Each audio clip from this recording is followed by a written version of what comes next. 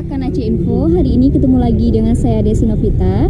Hari ini saya lagi berada di gedung Garuda Theater, di mana hari ini saya akan menjelaskan cikal berdirinya bioskop di Aceh.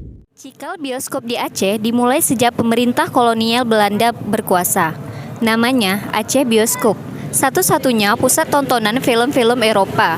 Pada masa kekuasaan Jepang, namanya diubah menjadi Eiga Keikyusha, yang pasca kemerdekaan dikenal sebagai Garuda Theater. Kini menjadi Gedung Digital Innovation Lounge atau DILO atau kerap disebut IT Learning Center.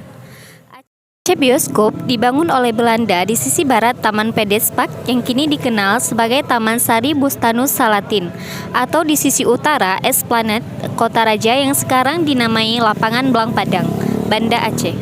Tak ada catatan sejarah kapan tanggal pasti bioskop tertua di Aceh itu pertama kali dibangun.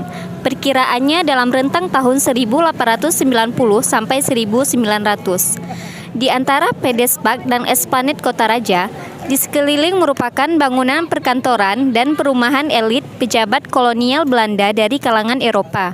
Malah, untuk mendukung Aceh Bioskop sebagai pusat hiburan, di sisi timur Pedespark juga dibangun Juliana Club, tempat bermain musik, pertunjukan drama, dan pesta dansa digelar oleh kalangan elit masa itu.